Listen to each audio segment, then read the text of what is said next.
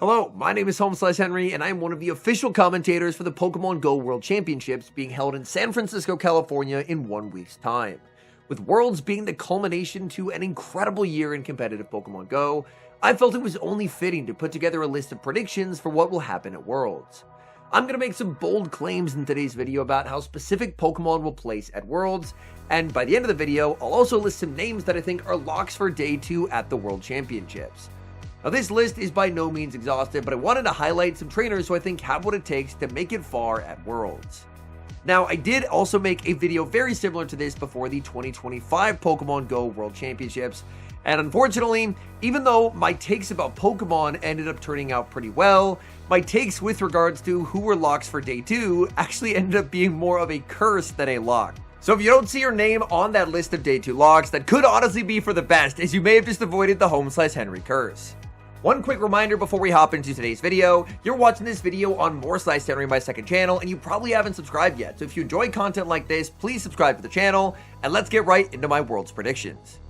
My first prediction revolves around Shadow Kanto Ninetales, a Pokemon arguably that is the strongest current Pokemon in the Open Great League format. And that prediction is that Kanto Ninetales actually does not win Worlds. Now this might be a bit of a shock prediction because why would the best Pokemon in the meta not win Worlds? Well, looking back on previous World Championships, a lot of the Pokemon that were deemed to be the best oftentimes don't end up actually winning the World Championships. And that's because if you're considered to be the best Pokemon, no one is ever going into the World Championships with a team that is going to be weak to that pick. So I am a little bit worried that even though Kanto Ninetales is absurdly strong, I don't think there's going to be a single competitor who decides that Kanto Ninetales is a Pokemon that they can run weak to. So even though Kanto Ninetales has incredibly strong neutrals, and with his Fire Grass coverage with Weather Ball and Energy Ball, can knock out basically anything under the sun that isn't the Dragon type, I still feel like rises in Pokemon like Mantine could prove to be a little bit too problematic for the Kanto Ninetales. So I think that Kanto Ninetales is going to get the Azumarill treatment. Azumarill is considered to be the greatest Pokemon Go PvP Pokemon of all time.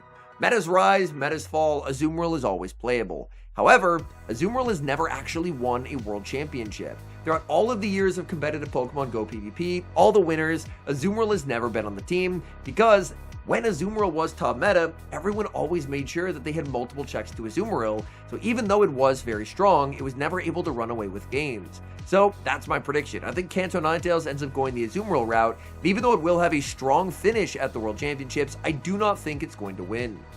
Well, my first prediction dealt with the top meta Pokemon. My second prediction, we're going a little bit more anti-meta, and that's going to be that Greninja makes Day 2 at the Pokemon Go World Championships. Now, why is Greninja, a Pokemon with basically no bulk, a Pokemon that I think has what it takes to make Day 2? Well, I believe in Greninja because it has the ability to be a very interesting core breaker to a lot of the top meta picks. Currently, the meta heavily relies on Pokemon like Shadow Kanto Ninetales, Galarian Corsola, Licky, and Tinkaton, and you know what Pokemon has play into all of those matchups? Greninja. Greninja's Hydro Cannon is unresisted across those four. It has the typing to resist Astonish from the Galarian Corsola. It completely walls off Thievul, a Pokemon that post-Com Day has seen some pretty decent usage. Even though I don't believe Greninja is a top meta Pokemon by any means, I think that a team that well supports Greninja, that tries to cover for its weaknesses, basically against Mantine. Mantine is probably the Pokemon with the highest usage that would cause Greninja a lot of grief. If you're able to well protect it against Mantine, I think Greninja could prove to be a bit of a problematic anti-meta core breaker for quite a few teams, especially teams that try and rely on those top usage picks. Because even though Greninja doesn't have a lot of bulk, if you're able to get it up a little bit of energy, it has truly absurd pacing. Water Shuriken, Night Slash, and Hydro Cannon. If you're able to get just that tiny little bit of energy advantage, even though it has no bulk to speak of, it can absolutely run away with games. Even without its double Night Slash boost, it can only boost by one stage now instead of two. I think that Greninja could actually surprise some people. I don't anticipate we're going to see a lot of Greninja at the World Championships by any means, but I think some trainer could look to go anti-meta, and that Greninja ends up sneaking into day number 2. My next prediction is to do with a Pokemon that has actually won back-to-back Pokemon Go World Championships. It won in 2024 with Yakai, it won in 2025 with Beelzebub, and in 2026, I think that Annihilape actually gets the three-peat and goes back to back to back, winning its third consecutive Pokemon Go World Championship in a row. I feel like Annihilape is a Pokemon that is very frequently disregarded when it comes to a lot of tournaments. People will say, oh, it's not an Annihilape meta, there's Corsola around, in this meta there's a lot of Mantine, and somehow you end up with a lot of teams that have 4 or 5 Pokemon that don't have a resistance to fighting, and then 1 fighting resist. So that makes Annihilape an extremely appealing bring into a lot of teams. So I actually think that Annihilape could end up surprising people quite a bit. This is a prediction that I did end up wavering on a little bit. I was unsure because I feel like there's a pretty good chance that it can get the three-peat. I don't have the same conviction as I do with the others, but these are bold predictions. I'm willing to go out on a limb. I'm willing to make kind of a crazy prediction, so we're going to lock it in. Annihilape gets the three-peat. Annihilape's typing just by itself is absolutely unreal. Ghost plus fighting just offers insane defensive resistances. And when you add to that the fact that Annihilape pre-release was called one of the 4 horsemen of the apocalypse, because it was viewed that once it released into Pokemon Go PvP, it would be meta forever. And well, it's been here for several years and it feels like it has been meta forever. So I'm willing to say that it is winning its 3rd Pokemon Go World Championship in a row. If I'm going to be saying that Annihilape is winning Worlds, I should probably talk about a Pokemon that I think is winning Worlds with it. And that is the fact that Tinkaton is also going to be winning the World Championships. Since the last World Championship, Tinkaton got access to a brand new, incredibly strong legacy move, Gigaton Hammer. Gigaton Hammer is an exact clone of Precipice Blades. You know the legacy move that Groudon has that erases everything in its path in the Master League? It's that, but as a Steel type and given to Tinkaton. This means that matchups where previously Pokemon actually had play into Tinkaton, like Jumpluff, which actually used to have a pretty neutral matchup into play of Tinkaton, Jumpluff now gets absolutely obliterated due to the sheer, raw, unadulterated power of Gigaton Hammer. This means that Tinkaton now goes from having decent neutrals to incredibly overpowered neutral matchups, and since it had a Calm Day, trainers now have a significantly better opportunity to get a high IV Tinkaton. So, at this World Championships, Tinkaton arrives with an incredibly strong new nuke move, significantly better stat spreads available to players, and with how strong Tinkaton is, I think that it is going to end up taking home the World Championship. It does have to watch out for Kanto Ninetales, but I'm predicting a bit of a Ninetales underperformance, and that would absolutely set the stage for Tinkaton to win the crown. My next prediction has to do with a Pokemon that, honestly, I really like in limited metas, but I do not believe in when it comes to the Open Grade League, and that Pokemon is Seaking. This is a very risky prediction to make, because Seaking actually won the only tournament that was streamed in this meta. It was the Turin Special Championship, and Patoman ended up winning with Seaking on his team. Does this mean that Seaking is great? Honestly, I think Patoman is just great. I think you could give Patoman a team of just about anything and he would be a contender to win any tournament that he would show up at, even a tournament as prestigious as the Pokemon Go World Championships. So I'm calling my shot. I do not believe that Seaking is going to make the top 16. This is probably the prediction that could backfire on me the most, because if someone like Patoman ends up bringing Seaking, then he's easily favored to make it into the top 3. However, I do think that if he does not bring it, then I don't think Seaking will be making the top 16. Seaking is a Pokemon that has incredibly intriguing coverage. With Peck, Drill Run, and Icy Wind, and a Mono Water typing, on paper this Pokemon should be incredibly dynamic and flexible. What Seaking does well is it's a very good core breaker into a lot of Tinkaton teams, as it does a very nice job of shutting down Tinkaton with super effective drill runs, and Pokemon that Tinkaton are usually paired with, Seaking can also do quite well. However, where Seaking falters is its neutral matchups. Those same neutral matchups that I loved so much about Tinkaton are where Seaking completely falls flat. Bulky Pokemon like Licky and Galarian Corsola just completely obliterate Seaking, as Seaking does not get same type attack bonus on any of its moves. Add to that a rise in Pokemon like Malamar, another Pokemon with very strong neutrals, and I think that Seaking, even though it does have very interesting coverage, and I do believe it's stronger in a Show 6 Pick 3 environment than in a Go Battle League environment, I still don't think Seaking will be the recipe for success at this tournament, because as bulky Pokemon with strong neutrals rise to the top of usage, those are the matchups where Seaking falters. My next prediction revolves around a Pokemon that has been pretty phenomenal in the past and I have really enjoyed playing, but I don't think is the right meta call for Worlds, and that is Guzzlord. Guzzlord, at first glance, has some pretty good upside in this meta. It walls off common picks like Hisuian Electrode and Shadow Kanto Ninetales, and is a very strong matchup into Corsola, which is surging in popularity. So why am I not a big fan of Guzzlord? Well, unfortunately, this is a meta environment that is dictated by Tinkaton, and Guzzlord as a Dark Dragon has absolutely zero counterplay into Tinkaton. When the top fairy types were Pokemon like Azumarill and Florges, Sludge Bomb actually gave Guzzlord some very nice play there. You could get up energy with Guzzlord. Guzzlord actually ended up being surprisingly flexible because with that Sludge Bomb, you could hit for super effective damage. But Tinkaton is a fairy steel type, and that means everything that Guzzlord could ever throw is going to be resisted. Even if Guzzlord's up 2 shields and has 100 energy, it's just simply never beating Tinkaton. And I think that inflexibility, considering how strong and how frequently used Tinkaton is really going to make people shy away from Guzzlord. There are some appealing upsides, but the downside is just so catastrophic that I don't think trainers will actually want to wager their tournament runs on putting Guzzlord on the team. I think that Guzzlord could definitely end up like RPSing a top competitor day 1 and sending them to losers early, but I don't believe Guzzlord will be making it to day 2 of the World Championships. My next prediction is to do with a Pokemon that I actually mentioned during the Guzzlord section, and that is Hisuian Electrode. I believe that Hisuian Electrode is going to make top 4 at the World Championships. Hisuian Electrode is definitely inside the top 12 in terms of usage in practice tournaments, so people are bringing it, but I don't know if a lot of people believe that it has what it takes to make it all the way up to top 4. However, I do believe that Hisuian Electrode, surprisingly, is one of the most flexible Pokemon that you could use. With Pokemon like Tinkaton and Mantine so incredibly high in usage, a pretty convincing Zero Shield matchup into Corsola, and being surprisingly strong into Pokemon like Licky Licky, what I like about Hisuian Electrode is it feels like its energy is almost always valuable. Even if you're in a very negative spot in the game, where you've lost lead, you've lost swap, if you're able to give it a small energy advantage, or if you're able to get it a shield advantage, I think it's a Pokemon that can reliably sweep a lot of endgames due to the fact that its energy is almost always deadly. If you do actually run into a Pokemon that is resisting the Wild Charge, then Energy Ball is probably hitting you for super effective damage. So I really like Hisuian Electrode. I do think that Hisuian Electrode does have a unique weakness of if it's counter switching into a flying type and you're switch locked, then it's a little bit more difficult to actually click Wild Charge because you end up taking neutral damage from flying. So if they end up shielding a Wild Charge, then suddenly their wing attacks or their pecs can actually do quite a lot of damage.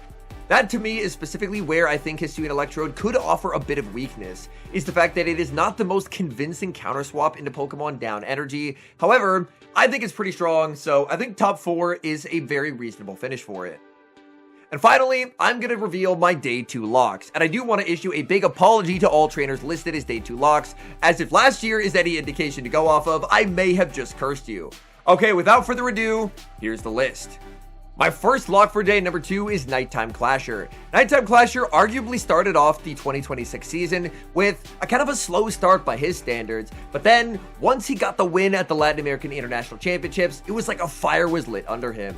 Back-to-back 4th place finishes at Toronto and Sydney, a 5th place at European Internationals, and from there, it was just good finish after good finish after good finish. A 17th at NAIC may not have been the finish that he was hoping for, but his insane level of consistency across the 2026 season from LAIC onwards shows he is a trainer on an upward trajectory and will be a real threat to take home the victory. The next trainer is a trainer who actually only competed in 2 tournaments this entire season. Now you might say, Henry, how did someone who only competed in 2 tournaments this entire season qualify for Worlds? Well, you better do really well in those 2 tournaments, and that's what he did. S. James P. ended up getting 3rd at Indianapolis and 13th at the North American International Championships, and off of those 2 very strong finishes alone, he was able to get the championship points needed to qualify for the World Championships. He has made 3,500 ELO in the Go Battle League 9 times. He ended up winning 2 regional championships previously, 2025 Sacramento and 2024 Indianapolis. He does not compete frequently, but when he does, he normally does quite well. And one thing that's missing from his resume would be a deep Worlds run. His 2024 and 2025 Worlds runs were not what he was hoping to see, but considering that he has a lot of momentum off those strong Indian NAIC performances, I wouldn't be surprised to see SJ make a very deep run at Worlds. The next trainer we have to talk about is LNDS Harjev. He is one of the most decorated trainers in competitive Pokemon Go history, a prior LAIC champion and multi-time regional champion.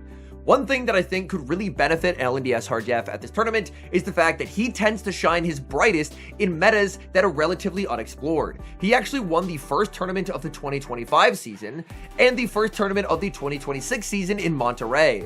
So LNDS Hardef is not a trainer you want to face in a relatively unsettled meta, and I feel like we're in a relatively unsettled meta going into Worlds. We only had one streamed tournament in the meta where Patoman was able to emerge victorious in Turin, and since then, it's kind of been radio silence. A lot of trainers have ideas of what could be good, but without a lot of streamed tournaments, it feels like there's a lot up in the air. The last second addition of Thievul into the meta as well means a lot of trainers are unsure, they're unsteady, they're not quite on stable footing, and I think that is an opportunity for LNDS Hardef to put together a monster run.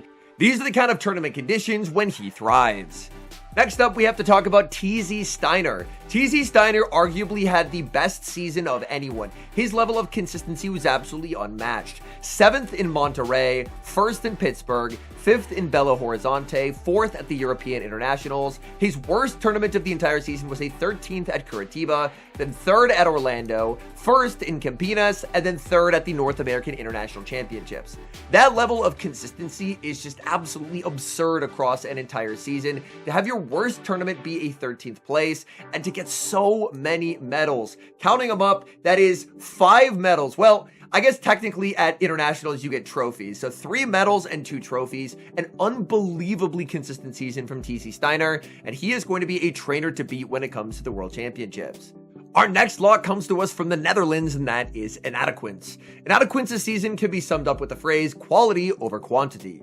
Inadequence only participated in 4 regional championships. He won Frankfurt, he won Stuttgart, he got 9th at Birmingham, and 3rd at Prague. An interesting note about his teams is all 4 of these teams featured Shadow Giratina, and most of these tournaments, he ended up tweeting out something a week or 2 prior, showcasing the meta and saying he would be a madman to run Shadow Giratina in this meta to make people think he wasn't running it, and then everyone got there, and what do you know, he had put together a team with Giratina. So I think with that level of consistency, he didn't compete often, but when he did, he placed very well. Inadequence is a top threat. Inadequence is a previous Worlds runner-up. He knows what it's like to get almost to the peak of the mountain and fall just short in 2024. Inadequence mentioned at the start of this season, he was going all in, and I think that this could be the year that Inadequence could end up taking down Worlds. Our next trainer is going to be Stone Collection, a trainer prior to this season who is best known for winning the 2022 London Last Chance qualifiers with Samurott. However, this season, Stone Collection ended up taking home his first regional title, winning the Seattle Regional Championships. Now, Stone Collection, even though he's from Europe, tends to receive a buff when he ends up competing in America. He competed at 2 regionals in America this season. He competed in Toronto, where he got 3rd, and when I say America, I am referring to North America. So 3rd in Toronto and 1st in Seattle. He did have a 65th place finish at the North American International Championships, but I have an agenda to sell here. We are not counting limited metas. In open metas, Stone Collection played incredibly well in America, and considering Worlds is an open meta, I'm calling Stone Collection as a lock to make Day 2 of Worlds. My next Day 2 lock should be here to the surprise of absolutely no one, and that is Patoman. Patoman was the runner-up at last year's World Championships, losing in a hard-fought best-of-5 series, coming down to the wire against Beelzeboy at a pretty significant team comp disadvantage. Since then, Patoman had a very strong 3rd place finish at Frankfurt, back-to-back 2nd places at the Latin American Internationals and Birmingham, winning the European International Championships, a 2nd at Seville, a 1st place at Turin, and a 4th place at the North American International Championships. Now, his run at international level events was so strong that he had made 5 Day 3s in a row prior to breaking that streak at North American Internationals, and he broke that streak by finishing in 4th, which was only 1 win away from day number 3. So he tends to shine bright when the lights are the brightest, and there are no lights brighter than the World Championships. So Patoman, easy Day 2 lock. I don't really feel like I need to explain myself much more than that. Patoman is a very strong competitor. Our next Day 2 lock is going to be Master Mahir, the back-to-back defending Indian national champion. After winning the 2025 India playoffs, he had a monster run at the World Championships, finishing in 7th place. He also won the 2026 India playoffs as well. He did compete at 2 NA regionals and didn't have the greatest results, finishing tied for 33rd in both, but you can't ever really count out the back-to-back defending Indian national champion, especially with that monster Worlds run that he had last year, so I would not be surprised at all to see Master Mahir run it back and have another incredible finish at Worlds. And finally, we could not list Day 2 locks without listing the current reigning Pokemon Go World Champion, and that is Beelzeboy.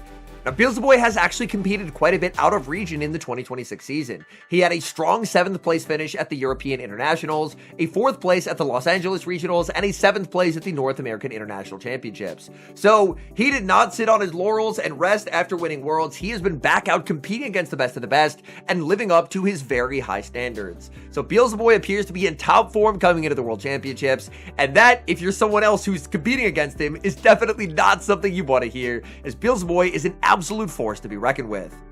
And there it is, my 2026 Pokemon Go World Championship predictions are complete. Now, I'm going to be flying out in just a few short days to go commentate the Pokemon Go World Championships in person. This is the first World Championship that I've ever worked. I am incredibly excited. So the next More Size Henry video that you can expect will probably be a recap of the World Championships, and that will probably drop either the Tuesday or Wednesday after Worlds. I'm going to be flying back on Monday, but with the time zone difference, could be a little bit rough to try and get a video done same day. I'll try my best, but we'll see. But anyways, thank you guys so much for watching. My name is Home Slice Henry, and this is More Slice Henry, my second channel where I make content primarily related to the Pokemon Go Championship series, but also educational style content, and also content that I just feel doesn't really have a home on my main channel. If you enjoyed watching today's video, if you like content like this, please do leave a like on the video, subscribe to the channel if you haven't, and I'll see you guys in the next one.